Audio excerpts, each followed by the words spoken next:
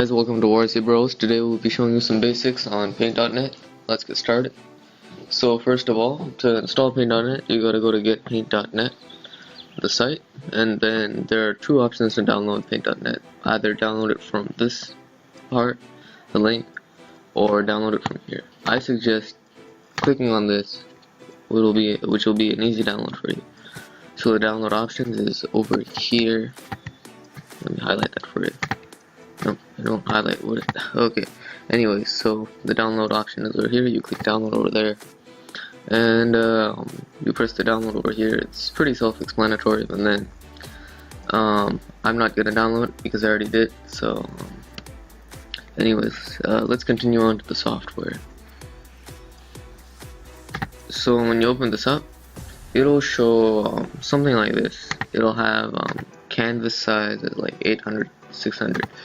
You guys may want to decrease the size or increase the size depending on what you want. Like here, let me show you how to. So go to that image and then resize it. It's just shown.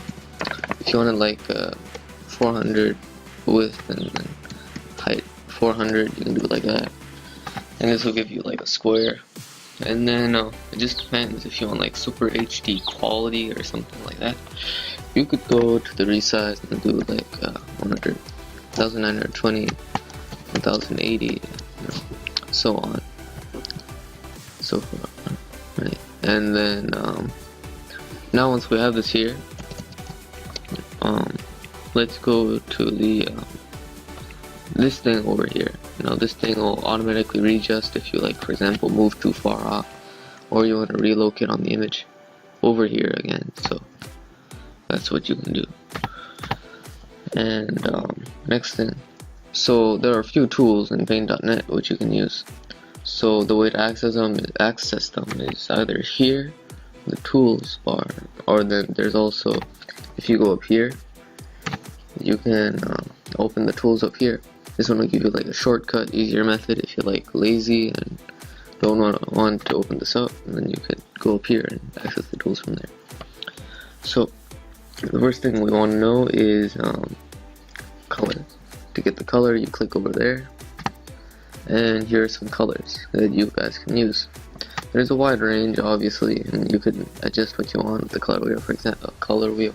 For example, if you wanted the green color, you could go down there and then get green, and you know, and that's what you can do. And then there's a few colors over here you guys can use, you know, as a quick shortcut. If you want to go pretty advanced, if you want to go more advanced, you could click more, and then, you know, the RGB values, blue, red, green, blue, that's what they call it, I guess. And then the hex values, we're not gonna go into that too much, but then that's if you want like a specific color. And also another thing, this may be a little more advanced, but then there's something called opacity. You'd call it transparency, I guess. And then basically, for example, if I draw a line over here, it's pretty solid, right? Yeah, that was just the hardness, you know. It's like if you do less hardness, then it won't do too much. And then some cases will. And then, so if you decrease the opacity or the transparency, it'll go a little grayer, right? So here's the first line. If I do it full opacity, then it'll turn out like this. So there's the difference. If you want it to be more transparent, or if you wanted to show less, then you decrease the opacity. And then if you don't want to show it at all, you could do 0 opacity, which there would be no point of it. Anyways, guys, let's get moving. I'm gonna try to make this tutorial quick as possible. So a lot of tutorials are pretty long. I'm gonna try to make this short and sweet and simple, as they say. So another thing we gotta learn is the selector tool. You go up here, and this one is a rectangle selector.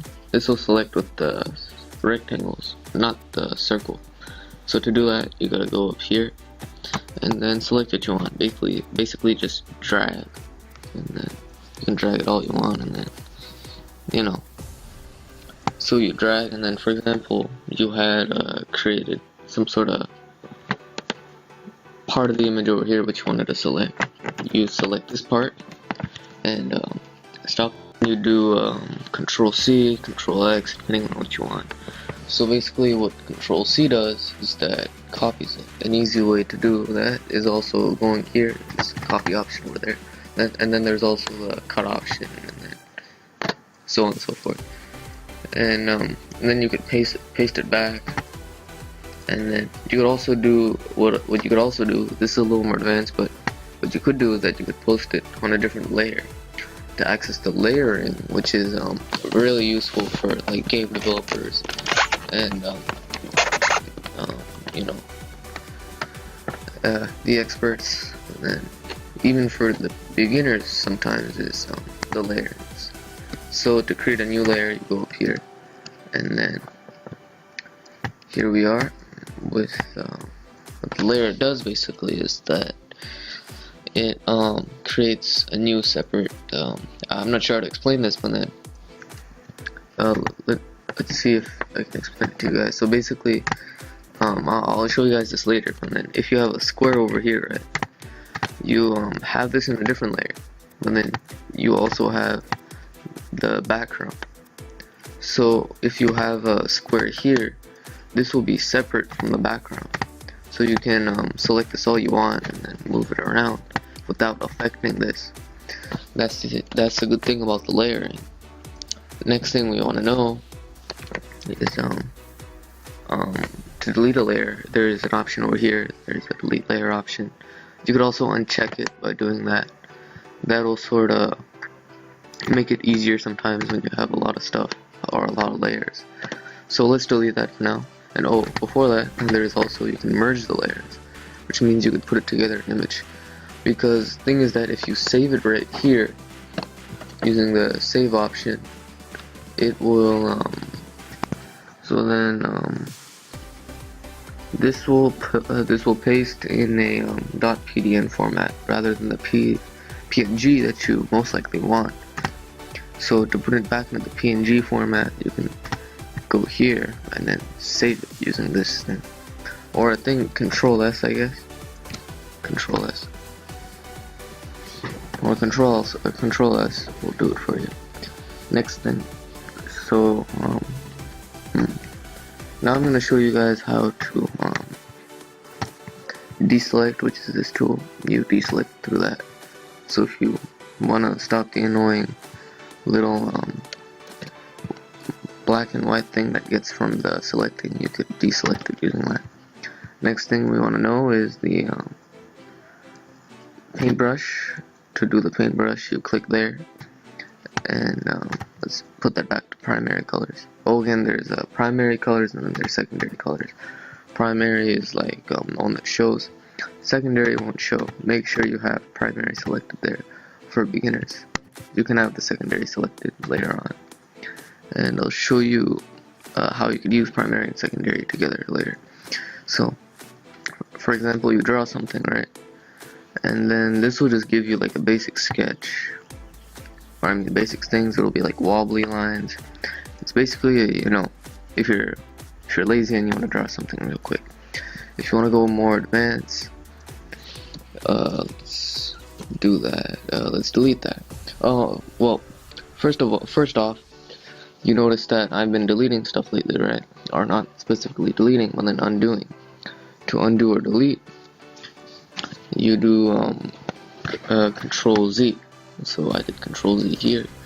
And another way you could delete is through the undo option over here, and then the redo over there as well. And then another way is you could click here on the history. This gives an entire history of what we've done. Like for example, we could go back up to the time when we did our selection, and remember that's where our object was selected. So you can do a few things with the history. That's the good thing. But then warning, the history will most likely be deleted by the time if you close the image, and then when you open up again, the history will be blank. So so be aware of that next time you do this thing. And so next thing we gotta do is I'll show you the magic wand thing and the color picker.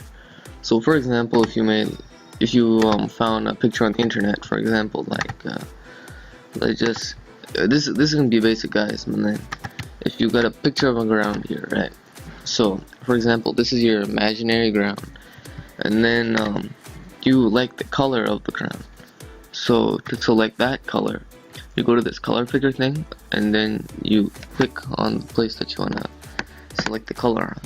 This will fix it up, or so this will select it for you. And then when you go back to the image, it'll still have that color selected. So that's the cool thing about that. And then obviously you can make your ground as well.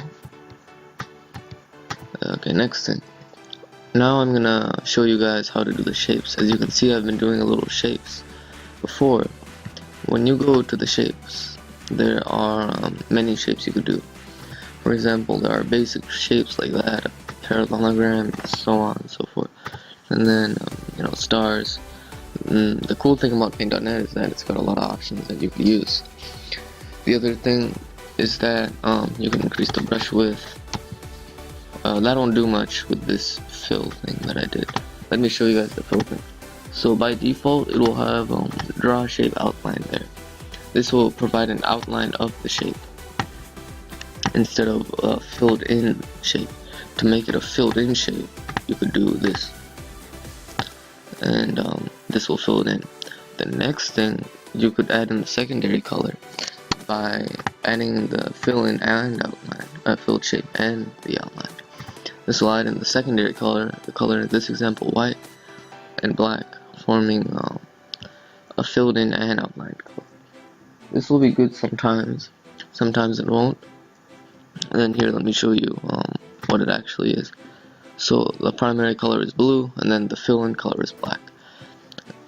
So next thing, imagine that you have the filled in color and you have the outline as well, right? So you want to select blue, but then you don't know how to. To select the blue, you have to go to this thing called the magic wand.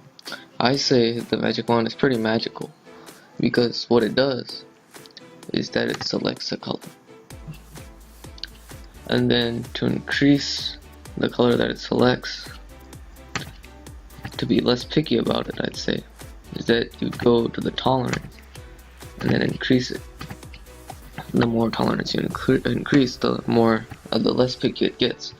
Well, then the more of the less tolerance that you add, the more picky it gets, up to the point that it'll only select a bit of it. Because you can see these are mini colors down here, little colors down here. It will get up to so picky that it'll only select that bit of color. So that's the cool thing about paint selector, or what do you call it again? Yeah, the magic wand. Next thing is that imagine that you wanted to add in a cool effect. So for example, your text. To make text, first of all, is you go let's just delete all this, leave it a fresh blank canvas to do it. Yikes, we did a few things there, huh? So to make fresh blank, so we have the fresh blank canvas over there. And again, all I did was that I did Control Z a few times and then got back. So to make the text, you select the text and then you can move around to which position you want. I just did it over here because it looks nice that way. Increase the text size through this, and then let's just do it to 72 to make it look better.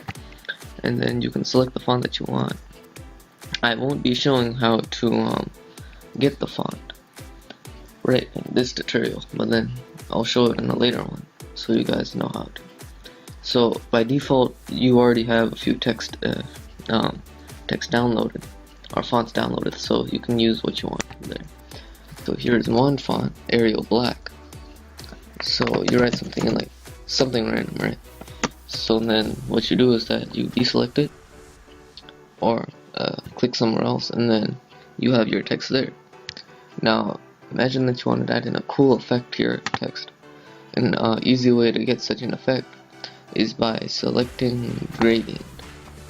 But before you select gradient, the cool thing about gradient is that you select a part of the image and then it makes a cool effect out of it, or you know, a special effect. It makes it, as you can see here, you know, it uses the secondary color and it uses the primary color. It can be like white inside and green, black outside, and then like black and white. It could be a little circle of white and then a outside circle of black, and then you can play around with that. I'm just gonna show you the first option here. So basically what you do is that you use the magic wand, select it, and if you want to select multiple areas of the same color, there's a cool thing you can do here is global. What the global will do is that it'll select all the black, for example, in this image. For example, if you wanted to select all the white in this image, you would do that. Rather, if you only selected the outside white, which would leave these things out. So let's go back to global, select black, or select the text, I'd say, and then we do the gradient. So to do the gradient, you select one part of the image here, particularly the top part or the down part, and any part is fine. It just depends on what you want, and then you drag. So there are two circles here. This will show like how much of white you want, how much of black you want. It depends on what you want. I'm just gonna leave it about let's call it about here. And then there's the gradient basics. And then of course you can add in a gradient outside here as well. And we can access gradient through here, and then there we have it, our gradient.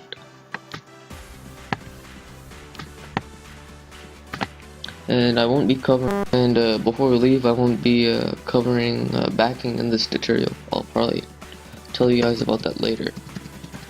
I think it'll be like a little more advanced, so I probably won't tell much about that. So next thing we gotta do is show you the lines. To get a line or a curve, you select this. Now this is pretty special in Paint.net, I think, where you could, or at least it's different from Paint, Microsoft Paint, and because of this thing, you could create a line, and rather than just creating it, it gives you more options. We've got 1, 2, 3, 4 circles here. You could play around with the curve and such this way as well. So you could curve it here, and you know, for example, you could make like a little S, and then you know, curve it to what you want. Obviously this won't give you the perfect circle, and then it can give you like a bunch of curls that'll help you, you know. For example, if you're making like a splash, you could use these curves and then to your advantage, and you know, you're making it there. So one last thing, imagine that you are making a game, right? If you were to do this the regular way, and for example you had a health bar, let's do that in green.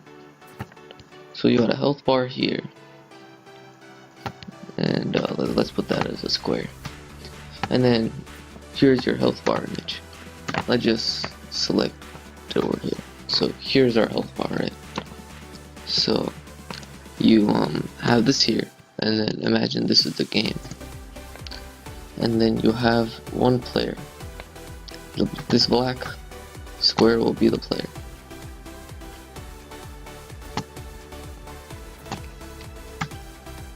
and then you have the health bar over there. The health bar is hovering over the player. But then there's one problem, isn't there? There's white on there's a white thing on the green health bar. How do you remove that? Well, it's very simple. I think this used to be in Microsoft Paint, and then they just removed it. That's why one of the reasons that I tried Paint.net and why I love it so much is that you can select the white here and then delete it by using the delete key, or use Control X or something like that. And then it will leave you with this grayish whitish material. This grayish whitish material is called alpha color, I think, or must be something like that. And then with this, it will leave you with no white, and this is good for making games because you don't want that white most of the time. And then that's basically about it, I guess. Thank you guys for watching. Anything I missed, leave it in the comment section below. And have a nice day, everyone. And see you guys in the next video. If you have any questions or want to know some specific thing on what to do with Paint.net, I'll reply to your message.